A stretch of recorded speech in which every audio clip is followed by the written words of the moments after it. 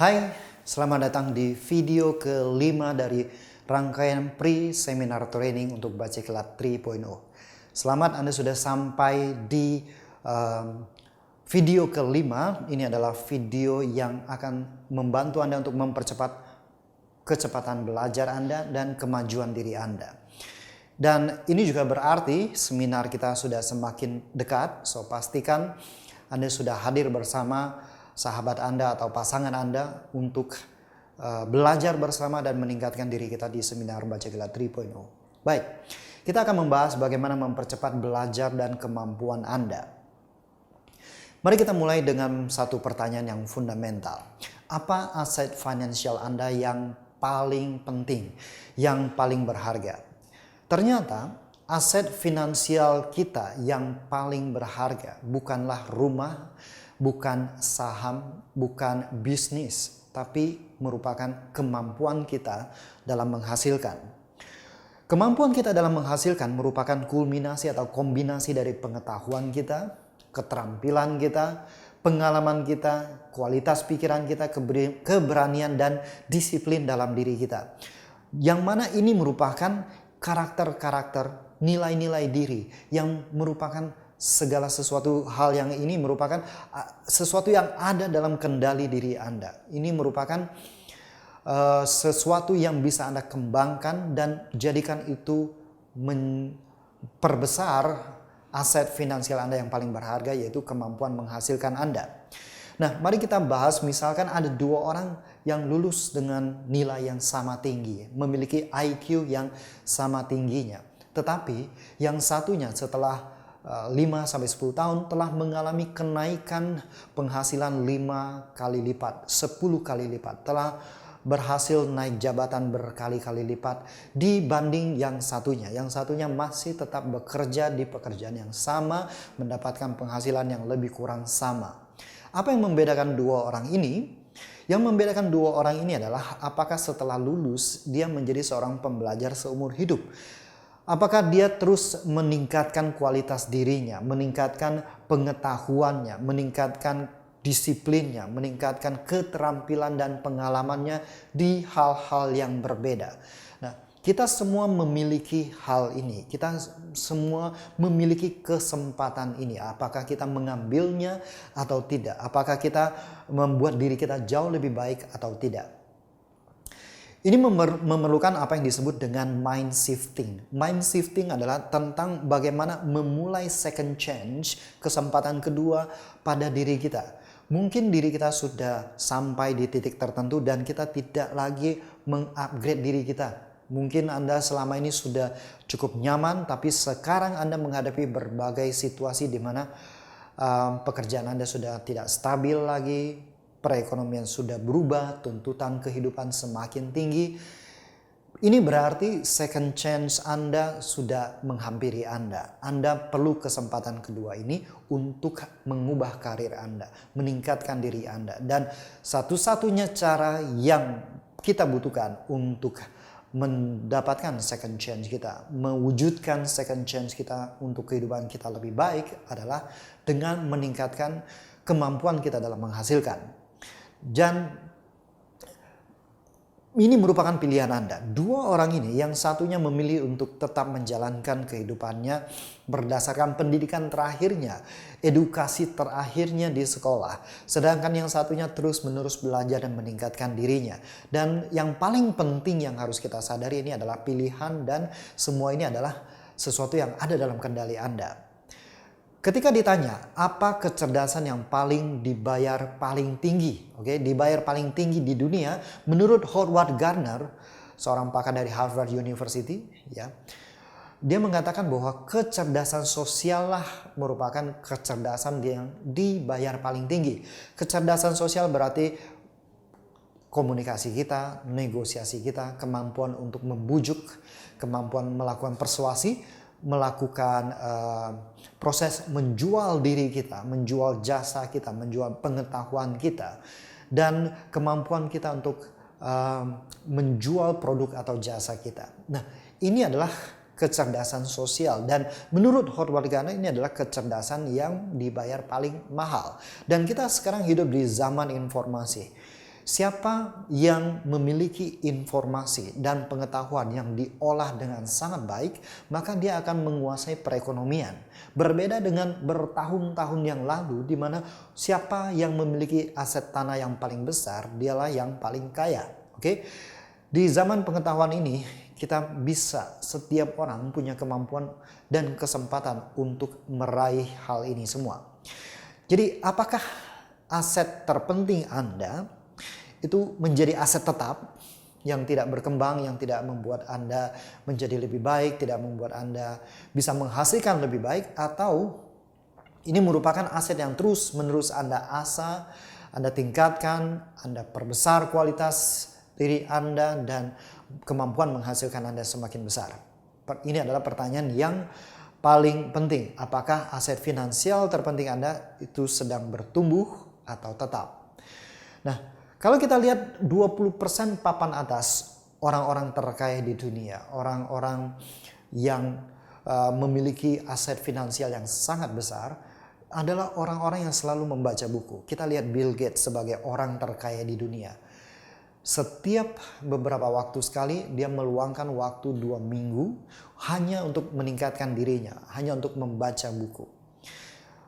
Mark Zuckerberg sebagai salah seorang orang terkaya di dunia, kalau tidak salah dia nomor 5 besar, dia menargetkan 1 tahun membaca 60 buku. Nah, bagaimana dengan Anda? Kenapa kita harus meningkatkan diri kita? Kenapa kita harus membaca buku? Kita sudah bahas di video pertama dari rangkaian pre-seminar training ini. Nah, jadi jika kita bisa melakukan apa yang orang sukses lakukan, seperti kata orang sukses, sukses selalu meninggalkan jejak. Artinya kita bisa melakukan apa yang dilakukan oleh orang sukses, kita bisa berpikir sesuai dengan pemikiran orang yang sukses, dan kita bisa melakukan apa yang orang sukses lakukan, maka kita akan bisa mendapatkan hasil yang lebih kurang mirip dan serupa. Oke, paling tidak Anda akan meningkatkan kualitas kehidupan Anda dengan sangat-sangat luar biasa.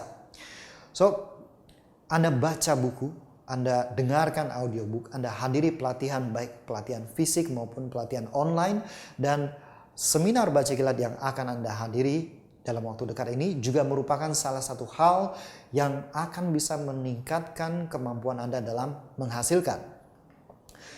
Setelah Anda belajar, yang paling penting adalah Anda menuliskan pembelajaran Anda. Baik pembelajaran yang Anda dapatkan dari buku, audio maupun pelatihan, ataupun pembelajaran yang Anda dapatkan berdasarkan pengalaman Anda. Sebagai contoh, Anda bisa bertanya pembelajaran apa atau pelajaran apa yang telah saya dapatkan tentang pelanggan dan dari bisnis, dari kegagalan bisnis ini, dan pasar dari kegagalan bisnis ini.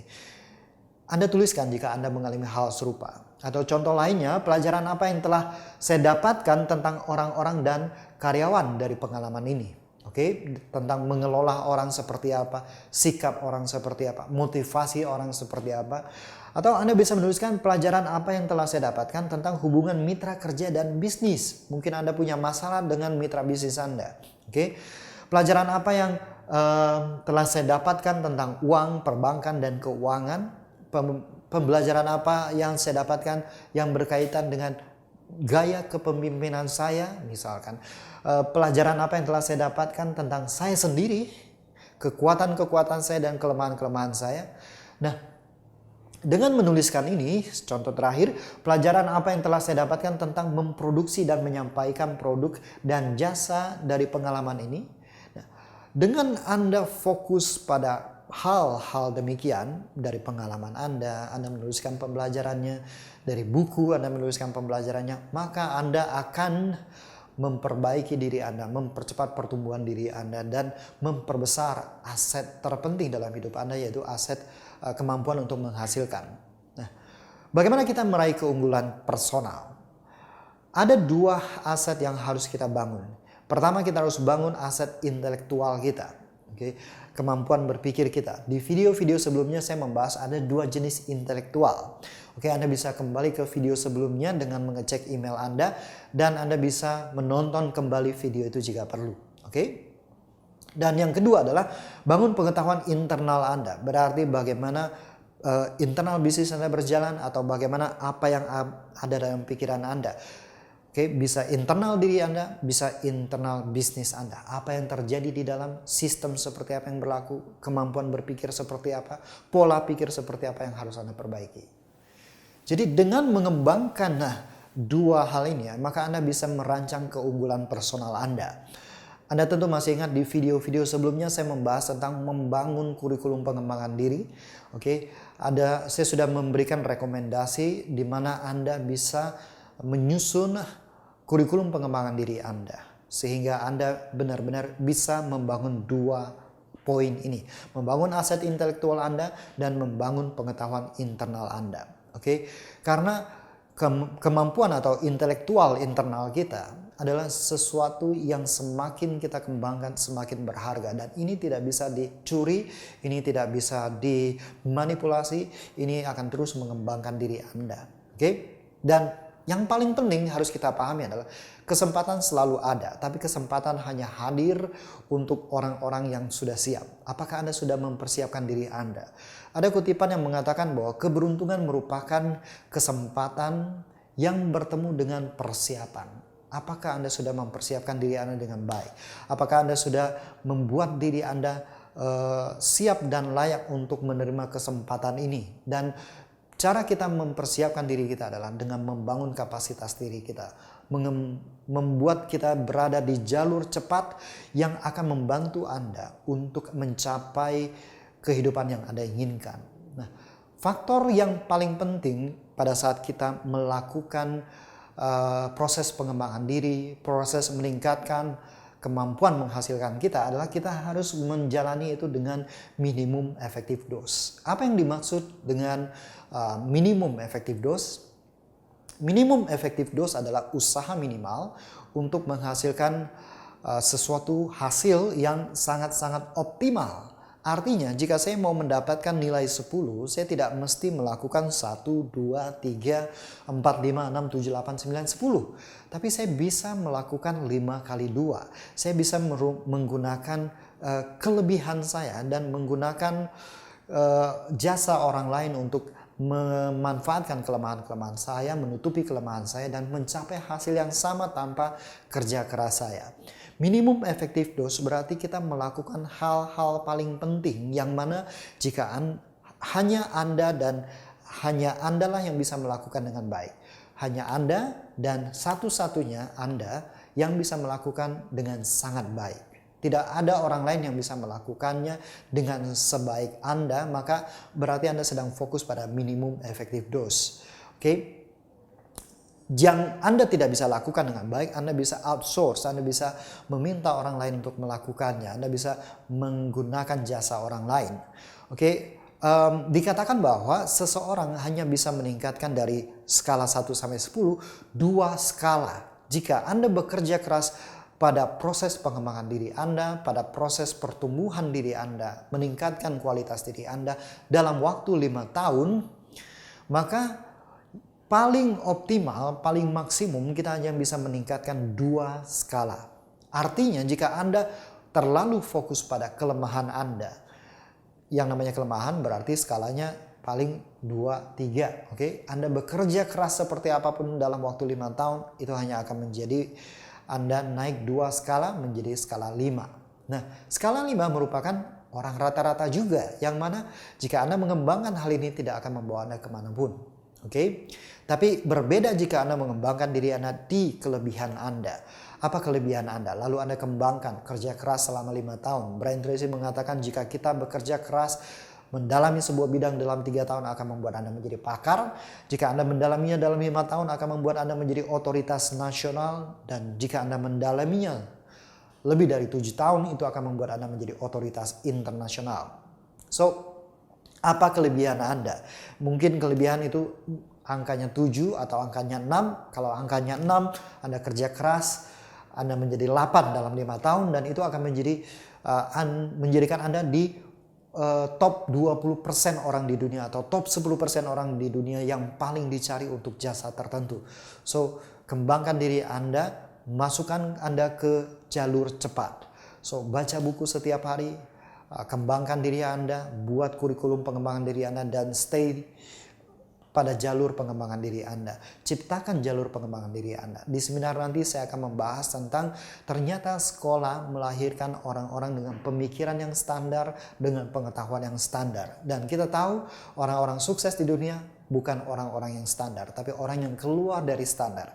Cara yang paling gampang untuk keluar dari standar adalah membuat jalur pengembangan diri Anda sendiri. Buatlah jalur cepat versi Anda sendiri dan kembangkan diri Anda.